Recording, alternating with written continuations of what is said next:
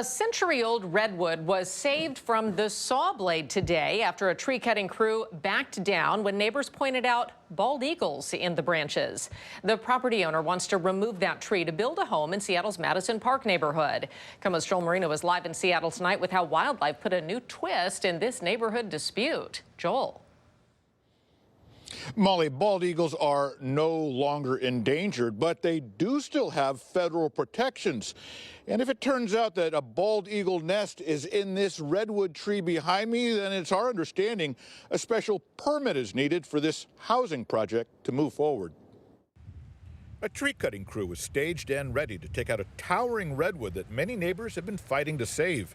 They say not only is the tree a majestic addition to where they live, but they also told the tree company they routinely see a pair of bald eagles using it as a perch.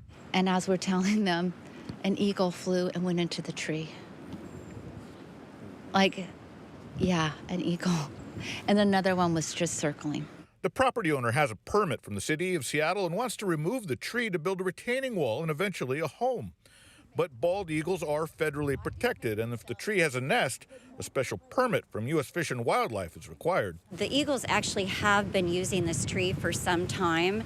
They've stepped up their use of it recently, and we're not sure why. The property owner tells KOMO News they used a drone to inspect the tree and saw no sign of a bald eagle nest, but they are reaching out to federal authorities to clarify what's required.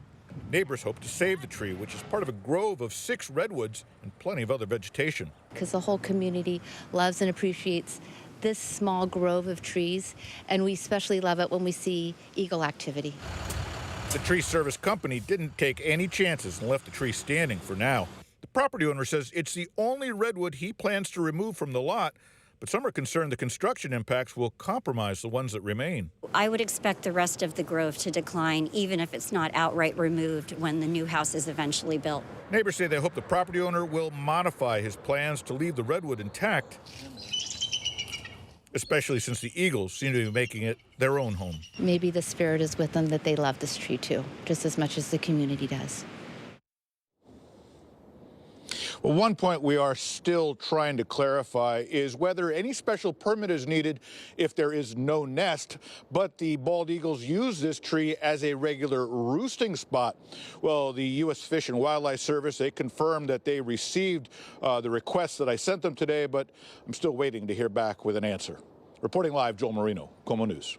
Joel, thank you. That brings us to our KOMO Pulse poll tonight. Scan the QR code on screen to participate as we're asking, do you think there should be tougher restrictions against cutting down old growth trees? Here's a live look at the results. Right now, 75% of people responding say yes. The other 25% say no. Again, if you'd like to weigh in, scan that code that's on your screen. It'll take you directly to the story on KOMOnews.com.